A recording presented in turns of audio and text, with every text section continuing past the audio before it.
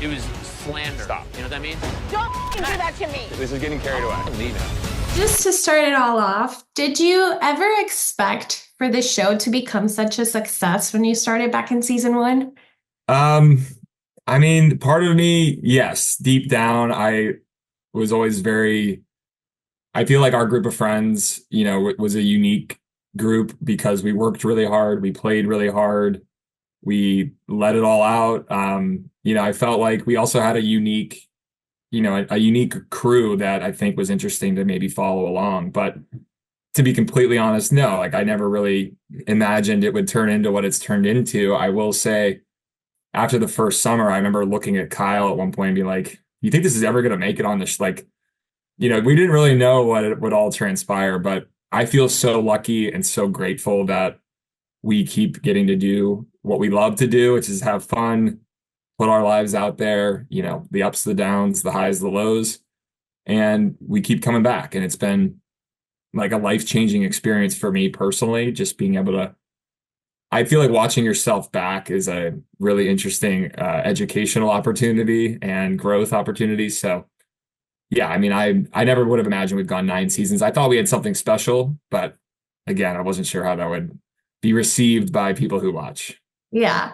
What's something that you would tell like season one Carl to be like, hey, this is how your journey's going to be? Oh man. Season 1 Carl.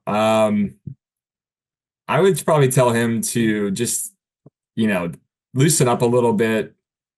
Don't be, I still care a lot about what other people think, but especially early on, like I would go on the comment sections. I would make my experience worse by looking for the things that you don't want to look for. And I would advise season 1 Carl, don't look on the internet, don't look on the comments, just keep doing you. As you read more stuff about you, it creates more resentment and anger inside of you. So it's not worth it.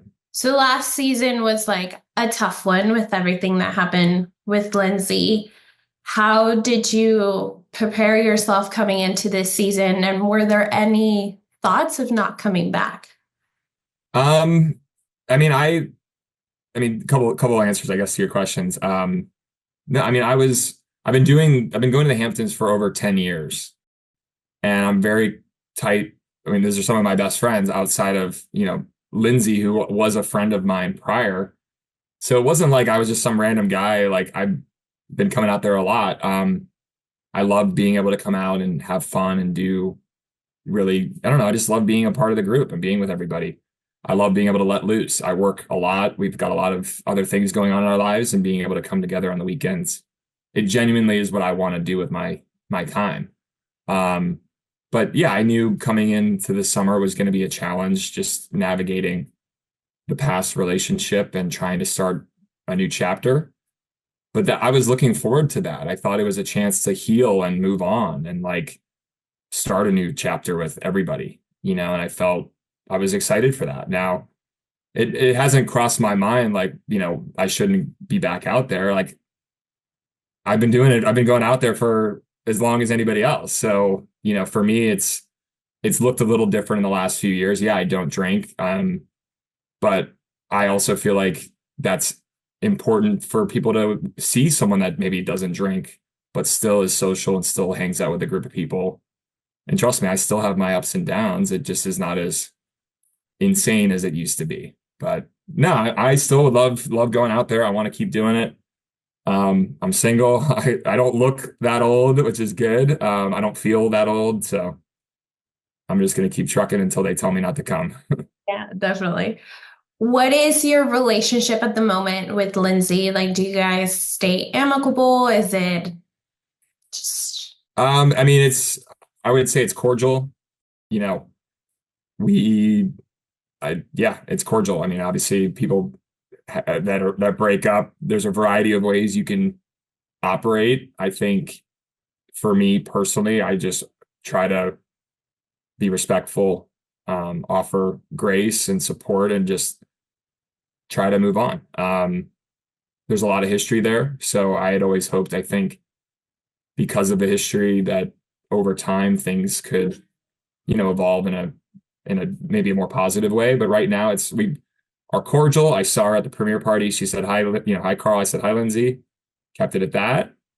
I'm friendly with some of her friends. It's an unusual situation, but plenty of people break up all the time and navigate it and are mature and cordial. And that's, I think, how at least I'm trying to go about it. So this season, we're seeing that you're going to be opening Soft Bar. What's the most exciting thing about this bar, and what has been the most challenging? Most exciting thing is, I think, creating a space for people to come and sit down and enjoy a non-alcoholic beverage at any point of the day.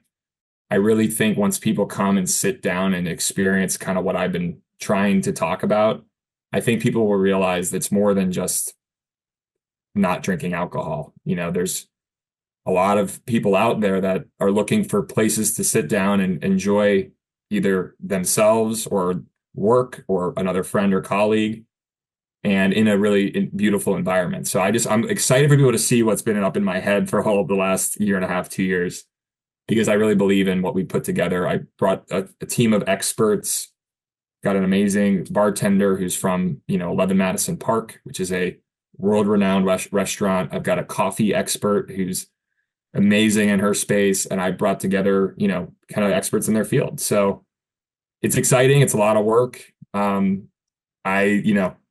love being an entrepreneur. I love being someone trying to pioneer something unique. But it's not easy. Opening up your own space and a four-wall business is really challenging. I mean, ask the Sandoval and Schwartz out in LA. I mean, bars in general are not an easy investment, even if you do serve alcohol. So it's not lost on me that it's a tricky industry. It's a challenging one, but I'm beyond passionate about it. Like, this is exactly what I want to do. And either it works or I fall on my face and I learn something about it along the way.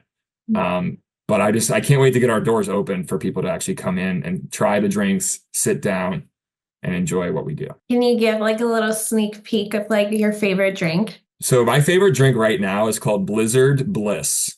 And it looks almost like a blue Gatorade, but it has more of a milky texture to it. It's essentially butterfly pea flour. It's a tea. And then also coconut milk, coconut chips like on the rim, and then some other really functional ingredients. So it's not coffee, it's a tea, but it's a tea that looks like a Gatorade. Okay. And it's a beautiful non-alcoholic beverage that honestly, it's very Instagrammable. I can see people wanting to take pictures with it. It looks like something you get at Erewhon in LA. Mm-hmm. That really beautiful juice shop that everybody loves their $30 smoothies. So yeah. Well, thank you so much, Carl, for your time. It's honestly really exciting to just like have seen your journey and just see you now. It's honestly really good. Like, I'm very happy where you're at in your place right now. And I wish you all the best. Thank you, Louisa. That was really nice of you to say. I feel very lucky. I have a lot of people have been very kind and expressed, that sentiment, which it's almost overwhelming. I feel very lucky to have a lot of support. So thank you. We appreciate, all the opportunity to talk and share more about what's going on, but it should be a really good season. I lived it, I was there, but I'm looking forward to watching it back too, because our show is always, got something that you find out or something you learn. Mm-hmm. And it's why I love what we get to do. So thank you. Yeah, of course. Well, thank you so much again.